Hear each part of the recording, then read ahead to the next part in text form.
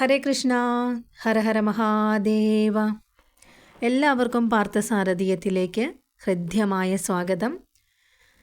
ഇന്ന് നമ്മൾ പരിചയപ്പെടാൻ പോകുന്ന അതിമനോഹരമായ അതിമഹത്തായ ഒരു മഹാക്ഷേത്രം, തമിഴ് ഭക്തി പ്രസ്ഥാനത്തിൻ്റെ ഭാഗമായ ഈ കഥയ്ക്ക് 5-ാം നൂറ്റാണ്ടോളം പഴക്കമുണ്ട്. ഒരു പക്ഷേ അതിൽ കൂടുതലും ഉണ്ടാവാം. വൈദിക ആശയ സംഹിതകൾ ഇന്ത്യയിൽ വടക്കുനിന്നും തെക്കോട്ടായി വ്യാപിച്ചപ്പോൾ ഭക്തിപ്രസ്ഥാനം തെക്കുനിന്നും വടക്കോട്ട് വ്യാപിപ്പിച്ചിരിക്കുവാൻ എല്ലാ സാധ്യതയും ഉണ്ടായിരുന്ന കാലം. ഈ കഥയ്ക്ക് പല പാഠഭേദങ്ങളുമുണ്ട്. അതിലൊന്നിൽ ശ്രീ പരമേശ്വരനെ ഭാര്യമാരായ ഗൗരിയും ഗംഗയും സഹായിച്ചതായി പറയുന്നുണ്ട്.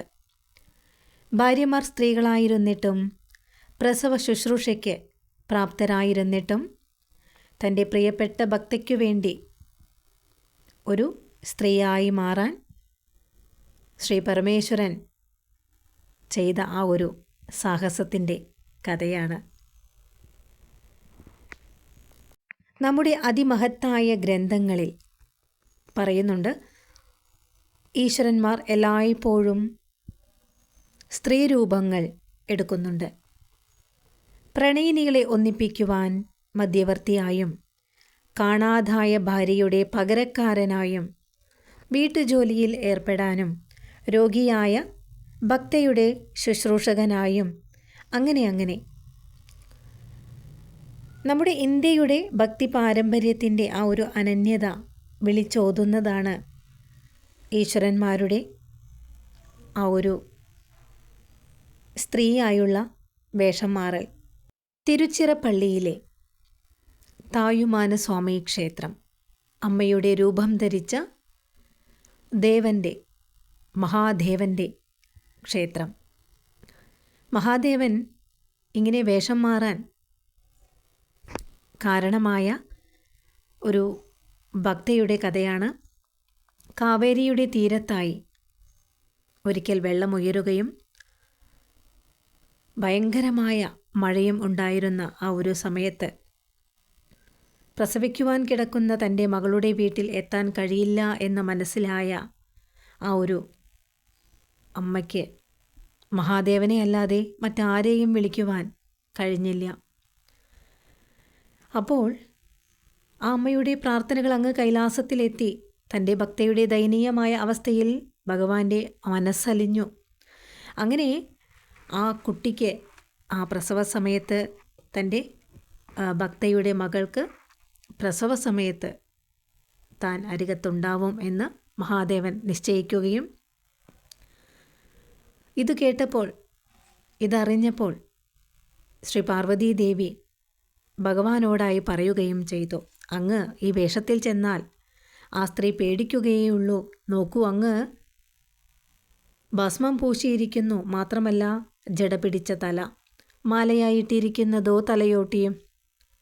അങ്ങനെ പാർവതീദേവി പറയുന്നത് കേട്ട് ശ്രീ മഹാദേവൻ ആ വൃദ്ധ മാതാവിൻ്റെ തന്നെ രൂപമെടുത്തുകൊണ്ട് തൻ്റെ ഭക്തയായ ആ ഒരു സ്ത്രീയുടെ രൂപം എടുത്തുകൊണ്ട് അവരുടെ മകളുടെ വീട്ടിലെത്തുകയും അവരുടെ മകളെ ആ പ്രസവത്തിന് ഭഗവാൻ സഹായിക്കുകയും ചെയ്തു.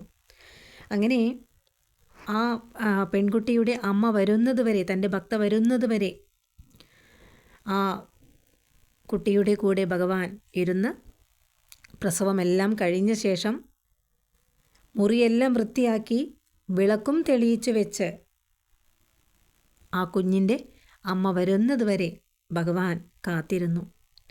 അങ്ങനെ അമ്മ തിരിച്ചെത്തിയപ്പോൾ മുറിയിൽ തന്നെ പോലെ മറ്റൊരു സ്ത്രീയെ കണ്ട് ഞെട്ടുകയും, ഈ പ്രസവിച്ചിരുന്ന കുട്ടി ആരാണ്, തൻ്റെ യഥാർത്ഥ അമ്മ, ഇതാരാണ് ആൾമാറാട്ടം നടത്തിയത്, തൻ്റെ അമ്മയായി വേഷം മാറി വന്നത് ആരാണ് എന്നെല്ലാം ചിന്തിച്ചിരിക്കെ ഒരു അശരീരി മാത്രമായി പിന്നീട് അമ്മയായി വേഷം മാറി വന്ന ശ്രീ മഹാദേവൻ്റെ അശരീരി അവിടെ മുഴങ്ങുകയും അമ്മയ്ക്കു പകരം വന്നത് താൻ തന്നെയാണെന്ന് ഭഗവാൻ അവരോടായി പറയുകയും തൻ്റെ ഭക്തയ്ക്ക് അനുഗ്രഹം വാരിക്കോരി നൽകിക്കൊണ്ട് ശ്രീ മഹാദേവൻ അവിടെ നിന്നും അപ്രത്യക്ഷമാവുകയും ചെയ്തു.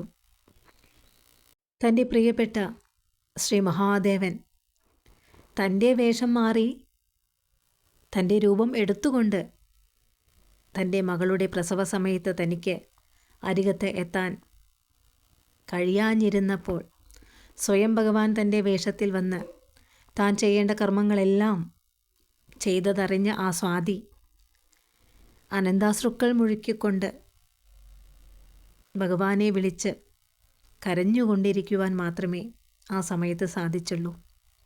ഈ ഒരു കാര്യം ആ നാട് മുഴുവൻ അറിയുകയും ആ സ്ത്രീയുടെ ഭക്തി ഭഗവാൻ എല്ലാവരിലേക്കും ഈ ഒരു കഥയിലൂടെ എത്തിക്കുകയും ചെയ്തു.